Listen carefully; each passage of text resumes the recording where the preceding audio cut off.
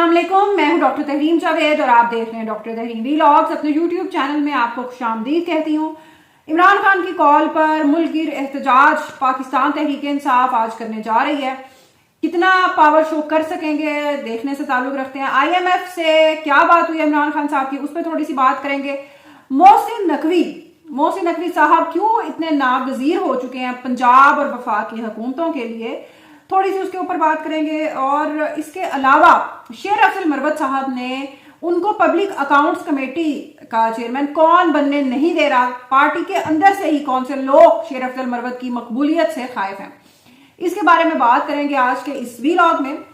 शेर अफजल मरवत साहब ने मीडिया से गुफ्तगू करते हुए जुमे वाले दिन ये बताया मीडिया को कि 2 वकील गए हैं इमरान खान से मिलने और इमरान खान साहब ने फाइनलाइज कर दिया था बकौल शेर अफजल मरवत के कि शेर अफजल मरवत साहब पब्लिक अकाउंट्स कमेटी के चेयरमैन लगेंगे। बेसिकली ये ऑपोजिशन को ओहदा दिया जाता है असेंबली में, तो गौहर खान को बेसिकली चेयरमैन लगाने की बातें हो रही थी। उसके बाद शेर अफजल मरवत अचानक ड्रामाई तौर पर आते हैं सामने और वो कहते हैं कि 2 वकील गए इमरान खान के पास और उन्होंने ये फैसला बदलवा दिया। जाहिर है वो इशारा कर रहे हैं बेसिकली इनके ऊपर, गौहर खान के ऊपर।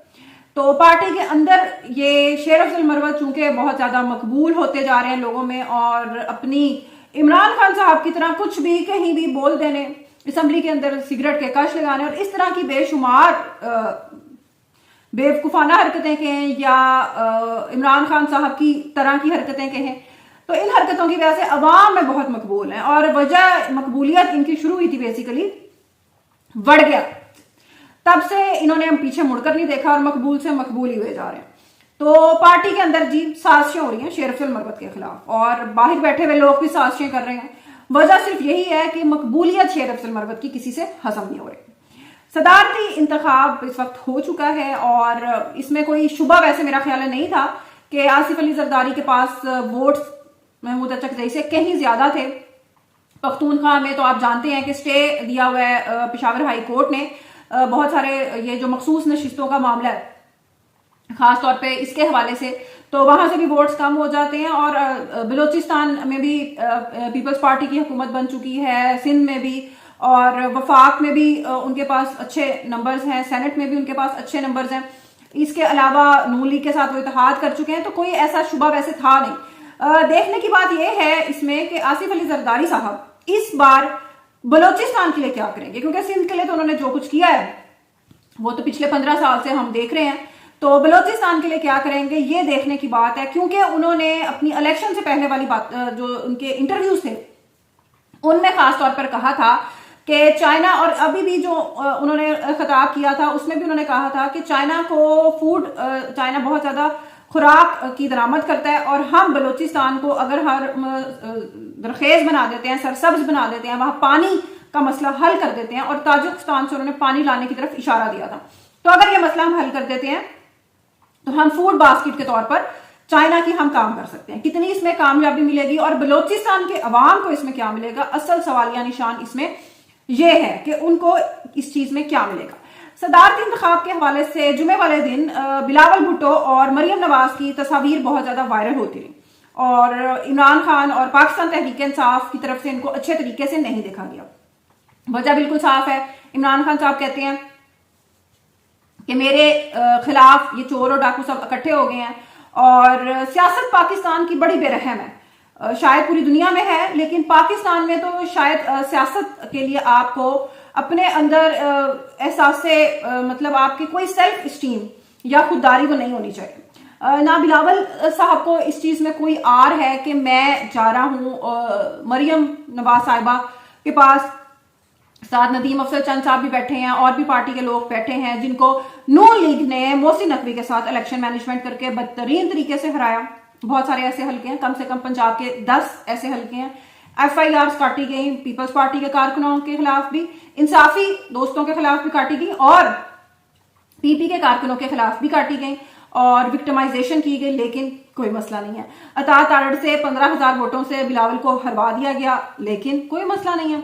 ना मरियम नवाज को कोई ख्याल आ रहा है कि किस तरीके से मेरे बाप का पत्ता साफ करके ये इन्होंने मेरे चचा को वजीर आजम लगवा दिया, वो भी कह रही है ठीक है।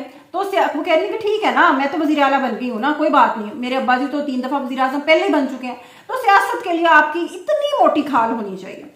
अगर और मुझे बड़ी हैरानी होती है कि पाकिस्तान पीपल्स पार्टी और नून लीग के कारकुनान, चूंकि इन दोनों पार्टियों ने अशरों से मतलब कई कह लें कि 40-50 साल से कम एक दूसरे के साथ शदीद नफरत की सियासत की, तो इनके कारकुनान एक दूसरे से लड़ रहे होते हैं हर जगह कि जी नहीं जी मेरी पार्टी का चाहिए। भाई आप लोगों के लीडर्स ने आखिर में ऐसे करके हाथ मिला लेना होता है और आप लोग खामखा में उनके लिए अपना खून जला रहे होते हैं। तो ना किया करें इस तरह, पाकिस्तानी सियासत में कुछ भी कहीं भी मुमकिन है, और यही पैगाम इंसाफी दोस्तों के लिए भी है कि इमरान खान साहब के लिए कुछ भी मुमकिन है। IMF को खत लिखा कि जी इलेक्शंस का मामले पे आप लोगों ने हमारा साथ नहीं दिया। भाई IMF तो पाकिस्तान में फौजी हुकूमतों से डील्स करता रहा, IMF को इस चीज से क्या लगे पड़े कि पाकिस्तान में जमहूरियत है कि नहीं। तो वही हुआ जो होना था कि IMF को इसमें कोई दिलचस्पी नहीं है। उन्होंने कहा है कि भाई ठीक है, काम को चलने दो। और IMF को शायद याद आ गया होगा कि IMF का जो इमरान खान साहब की हुकूमत के साथ आखिरी मुआहदा था, उसको इमरान खान साहब ने आखिरी महीनों में होल्ड कर दिया था, और वो बिल्कुल ही पेट्रोल में और उन सब चीजों में जिस मुआहदे के मुताबिक जिन कीमतों के तहत चलना था उस तरीके से नहीं चले थे। तो यकीनन IMF को ये चीज याद आ गई होगी, तो उन्होंने भी सोचा होगा कि ठीक है यार, इमरान खान साहब को रहने दो। पंजाब का पाबाजी मोहसिन नकवी लाओ। ये बात क्यों कह रही हूँ? ये बात इसलिए कह रही हूँ कि मोहसिन नकवी के अलावा पंजाब में कोई काम का बंदा रह ही नहीं गया। यानी कि पहले अचानक से एस्टेब्लिशमेंट में जब रिजीम चेंज तो इमरान खान साहब ने अपनी हुकूमत की बना दी थी ना। इंटरनेशनली ये टर्म यूज की जाती है, कई हुकूमतों के लिए ये टर्म यूज की गई है पहले भी। इस्टेब्लिशमेंट में बेसिकली जब रिजीम चेंज हुई, और ये 2021 से आप इसको समझ लें, 2021 और 22 से, तो उसके बाद से मोहसिन नकवी साहब का सितारा अरूज पे ही जाता जा रहा है। पहले वो निगरान वजीर आला पंजाब के तौर पर सामने आते हैं, और बाकी निगरान जितने भी वजीर आला गुजरे हैं पंजाब के, उनसे कहीं ज्यादा लंबा अरसा बतौर निगरान वजीर आला वो एंजॉय करते हैं। उसके बाद अभी उनकी पहली नौकरी खत्म नहीं होती, तो साथ ही दूसरा जो लेटर होता है नौकरी का, वो उनको अपॉइंटमेंट का पकड़ा दिया जाता है और पहुंचते हैं PCB, और वहां से छुट्टी होती है ज़कात शरीफ की। उसके बाद जी अभी उनकी दूसरी नौकरी चल ही रही होती है कि उनको अब सेनेट में पहुंचाने का इंतजाम हो चुका है, और पीपल्स पार्टी के कोटे से ही पंजाब से उनको सेनेटर बनाया जाएगा। और उसके बाद अब चेयरमैन सेनेट लगना रह गया, वजीर आजम लगना भी रह गया। ये 2 ओहदे अब रहते हैं मोहसिन नकवी साहब के। देखते हैं कि वो इन 2 ओहदों पे कब तक पहुंचेंगे। लेकिन कहने वाले तो ये भी कहते हैं कि इस वक्त वजीर आजम शहबाज शरीफ से ज्यादा ताकतवर शख्सियत मोहसिन नकवी साहब की। उसकी वजूहात पे आप खुद ही गौर कर लें कि एस्टेब्लिशमेंट के बड़े करीबी समझे जाते हैं, और अब वफाकी वजीर दाखिला बनने जा रहे हैं। तो किस्मत हो तो भाई मोहसिन नकवी जैसी हो, क्या बात है। आज पाकिस्तान तहरीक इंसाफ का जो एहतजाज होने जा रहा है, बेसिकली ये एहतजाज आज तय करेगा कि पाकिस्तान तहरीक इंसाफ के आने वाले 2-3 साल असम्बलियों में कैसे होंगे। क्योंकि इलेक्शंस के बाद और इन सारी सिचुएशन, फॉर्म 45, फॉर्म 47 के रोलों के बाद, इन्होंने अभी तक कोई मुल्कगीर एहतजाज, कोई बड़ा इन्होंने प्रोटेस्ट नहीं किया।